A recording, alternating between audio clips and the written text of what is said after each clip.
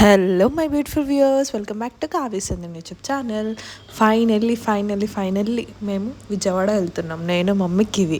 ఎందుకు అన్నిసార్లు finally అన్నానంటే, before marriage యూజువల్గా వెళ్తూ ఉండేవాళ్ళం, మమ్మీ, నేను, శ్రీకర్, డాడీ, అలా జనరల్గా లేదా ఇంటి పక్కన వాళ్ళ నైబర్స్తో కానీ, మా మామయ్య పిల్లలతో కానీ, లేదా ఫ్రెండ్స్తో కానీ అలా వెళ్తూ ఉండేదాన్ని టెంపుల్కి.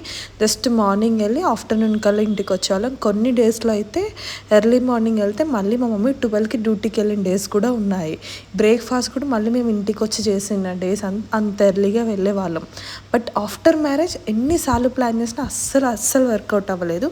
ఫైనల్లీ కివి పుట్టిన తర్వాత 1 ఇయర్కి అన్ప్లాన్డ్ అని చెప్పొచ్చు. ఎందుకంటే నైట్ డిస్కస్ చేసుకున్నాం, సరే మార్నింగ్ లెగిస్తే వెళ్దాంలే మమ్మీ అనుకున్నాము. సో అందుకే మాకు రిజర్వేషన్ కూడా లేదు.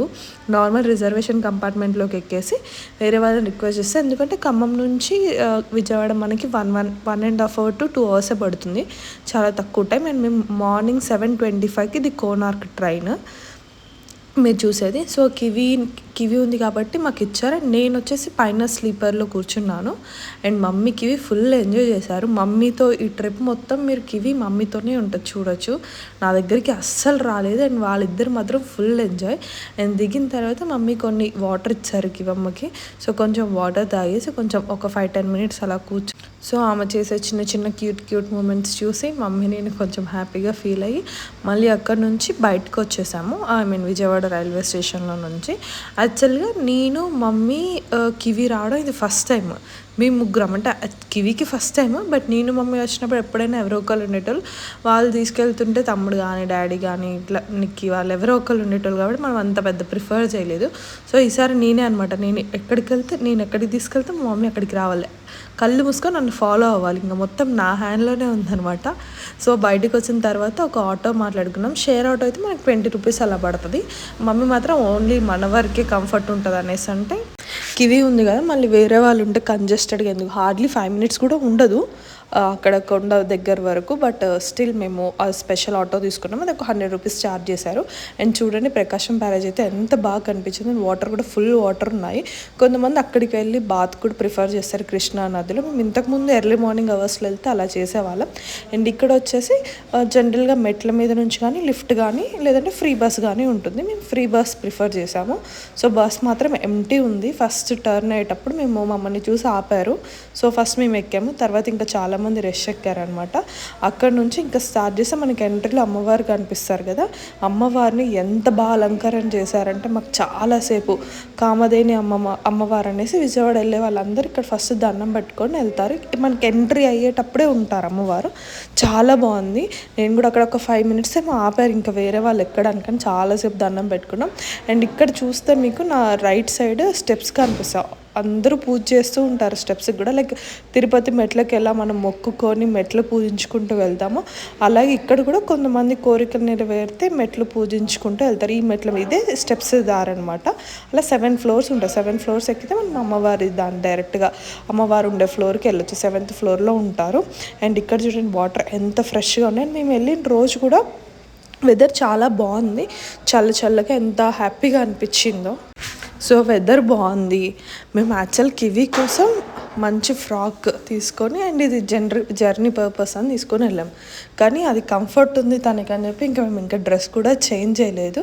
అండ్ తను కూడా ఫుల్ ఎంజాయ్ చేసింది. ఇది వచ్చేసి కొండ పైకి వెళ్ళిన తర్వాత ఇక్కడ మనం చెప్పుల స్టాండ్లో చెప్పులు పెట్టేసి, అండ్ నెక్స్ట్ మొబైల్ పెట్టడానికి నేను మొబైల్ కౌంటర్కి వెళ్ళేసి మొబైల్ పెట్టేశాను. ఈ గ్యాప్లో కొన్ని ఫొటోస్ తీద్దాం, కొన్ని చిన్న క్లిప్స్ అయినా తీద్దాం అనేసి మమ్మీని కివిని ఇలా కొన్ని ఫొటోస్ తీస్తున్నా. బట్ వాళ్ళు ఒక్క ఫోటోకి కూడా ఒక్క పోజ్ ఇవ్వలేదు. అండ్ తర్వాత ఇక్కడ మనకు కనిపిస్తున్న వెహికల్ ఎవరైతే ఓల్డ్ పర్సన్స్ ఉంటారో, నడవలేని వాళ్ళు, అండ్ టెంపుల్ వరకు కూడా అందులో తీసుకెళ్తారు. చిన్నపిల్లల్ని, ఏమైనా డిసబిలిటీ ఉన్న వాళ్ళని, హ్యాండిక్యాప్ వాళ్ళని ఫ్రీగా ఆ వెహికల్లో తీసుకొని వెళ్తారు. బట్ మనకు అంత దూరం కూడా హార్డ్లీ ఒక 500 to 600 meters ఉంటుందేమో మన బస్ దిగిన తర్వాత నుంచి టెంపుల్ ఎంట్రీ వరకు, పైన అమ్మవారి వరకు. అండ్ ఇక్కడ నేను కూడా కొన్ని ఫొటోస్ అని ట్రై చేశాను. బట్ ఆమె నా దగ్గరికి రావడానికే ఇష్టం లేదనమాట. ఎప్పుడు అది బతిలాడితే ఒక్క కిస్ ఇచ్చింది. ఫైనల్లీ ఇక్కడ సెల్ పాయింట్లో నేను మొబైల్ పెట్టేసి అండ్ నెక్స్ట్ దర్శనానికి వెళ్ళాము.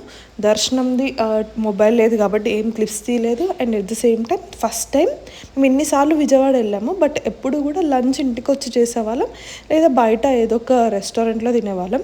ఫస్ట్ టైం మొన్న రీసెంట్గా మా మామయ్య వాళ్ళ పిల్లలు మామయ్య వాళ్ళు వెళ్ళారనమాట. సో మా ఉమేష్ వాళ్ళు చెప్పారు అక్కడ అన్నదానం కూడా ఉంటుంది, ఒకసారి ట్రై చేయండి బాగుంటుంది కావ్యక్క అంటే, సరే సాంబార్ బాగుంటుంది అన్నారనేసి సరే అది అడిగి వేరే 4th ఫ్లోర్లోనే ఏమి ఉంటుంది, మళ్ళీ దిగి ఆ లిఫ్ట్లో స్టెప్స్ నుంచి వచ్చాము. ఎందుకంటే అక్కడ మనకి శివాలయము అండ్ రాముల వారి టెంపుల్ ఇవన్నీ ఉంటాయి కదా, అవన్నీ చూసుకొని దిగేసి వచ్చి అన్నదానంకి వెళ్ళాం. మాకు హార్డ్లీ ఫ్రీ దర్శనంకి వెళ్ళాము, 10 minutes కూడా పట్టలేదు దర్శనానికి. బట్ అన్నదానానికి మాత్రం మోర్ దెన్ 40 minutes లైన్లోనే నించున్నాం. ఇంకా నేను మళ్ళీ వెళ్ళి పైకి వెళ్ళి ఫోన్స్ కలెక్ట్ చేసుకొని మళ్ళీ కిందికి బస్సులో వచ్చి నాకు అదొక 1 hour ఎండలో. దాని తర్వాత ఇంకా అక్కడ మమ్మీ దగ్గరికి వెళ్ళేసి ఇంకా ఐస్ క్రీమ్ కొనుక్కొని, నేను కివి అప్పుడే లేసింది అనేసి మమ్మీ ఒక బనానా తినిపిస్తుంది. ఇంకా అక్కడ నుంచి ఒక ఆటో తీసేసుకొని రైల్వే స్టేషన్కి వచ్చేసాము.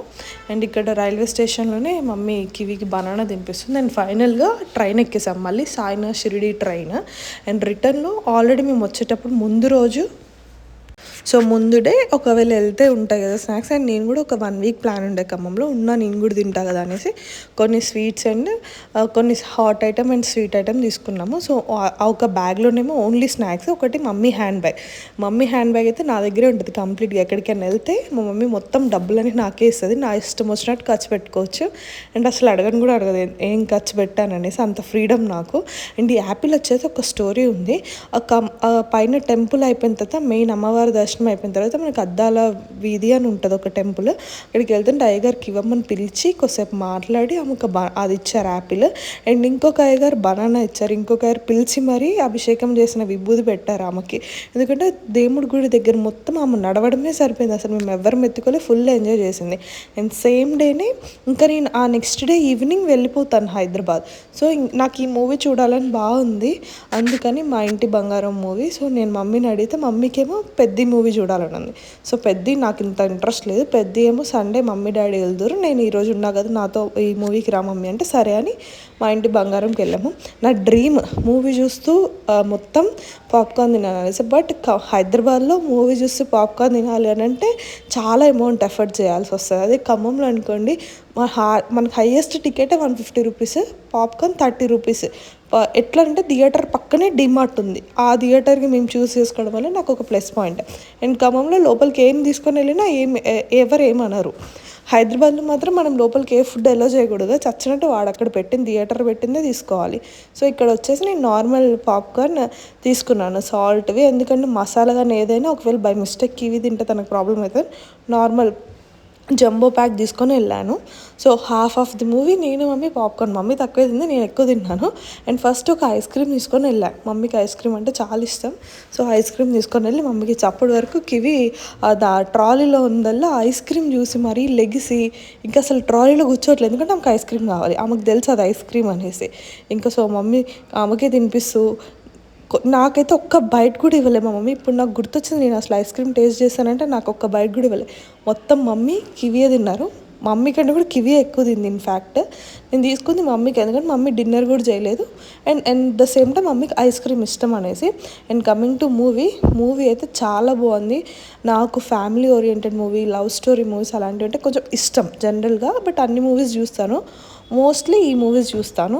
అండ్ కివి మూవీ థియేటర్కి రావడం సెకండ్ టైం. ఫస్ట్ మూవీ ఏమో నా బర్త్డే రోజు రామ్ మూవీకి వెళ్ళాము, అప్పటికి ఇంకా 9-10 months ఉండే, బట్ పడుకుంది. ఈ మూవీకి వచ్చేసరికి కొంచెం చూసింది, స్టార్టింగ్ ఒక 10-15 minutes చూసింది. బట్ అందరు కూడా చిన్న బేబీ అని అంటే డిస్టర్బ్ చేస్తుంది, ఏడుస్తుంది అంటారు కదా, అసలు ఒక్క 1 second ఒక్కసారి ఏడ్చింది కూడా లేదు. చూసినంతసేపు చూసింది, తర్వాత నా దగ్గరికి వచ్చింది, కొన్ని పాలు తాగింది, హ్యాపీగా పడుకుంది. సో ఫైనలీ మా డే ఒక్క డేలోనే విజయవాడ అండ్ మూవీతో ఫుల్ ఎంజాయ్ చేసాం, నేను మమ్మీ కివి కూడా ఫుల్ ఎంజాయ్ చేసింది.